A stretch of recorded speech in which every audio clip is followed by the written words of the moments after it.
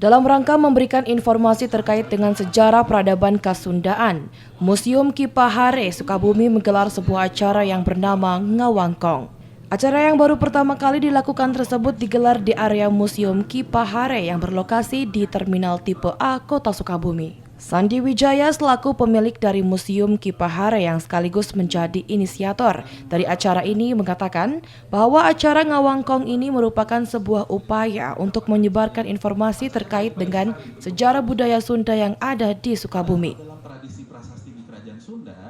Sebetulnya kegiatan Ngawangkong ini merupakan sebuah upaya kita untuk sosialisasi lah istilahnya, memberikan informasi kepada masyarakat tentang jejak budaya yang ada di Sukabumi. Kenapa harus dilaksanakan? Karena memang sedikit sekali informasi yang bisa diakses oleh masyarakat, terutama oleh generasi muda. Kita coba dengan kegiatan yang santai, istilahnya penuh dengan kekeluargaan, kita ambil judul dengan istilah bahasa Sundanya adalah Ngawangkong. Mudah-mudahan ke depan kami juga ingin melebarkan sayap bahwa kegiatan seperti ini memang harus sering dilaksanakan, dan kita sudah menjadwalkan setiap 2 minggu sekali, tentu dengan tema atau judul yang berbeda setiap edisinya seperti itu. Sementara itu, Muhammad Al-Noza yang merupakan seorang peneliti arkeologi dari Niskala Institute yang menjadi narasumber dari kegiatan ini mengatakan bahwa Sukabumi harus merasa bangga karena ternyata sebuah prasasti pertama yang dikeluarkan oleh Kerajaan Sunda terdapat di wilayah Sukabumi.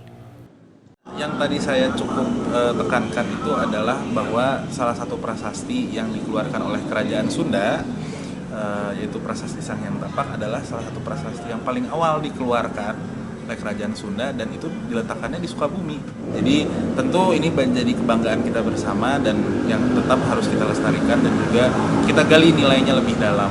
Apa yang kita dapat sekarang, pengetahuan apa yang kita miliki sekarang itu datangnya dari masa lalu gitu. Jadi ya mempelajari masa lalu nggak harus selalu membaca buku atau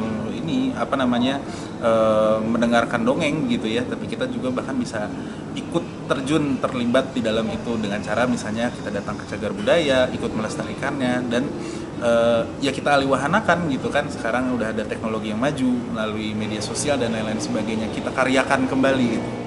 Selain dihadiri oleh para peserta yang datang langsung ke lokasi, acara Ngawangkong tersebut juga diikuti oleh para peserta yang ikut secara daring dari berbagai wilayah Sukabumi dan juga dari luar Sukabumi. Dari Sukabumi, tim liputan MGS TV melaporkan.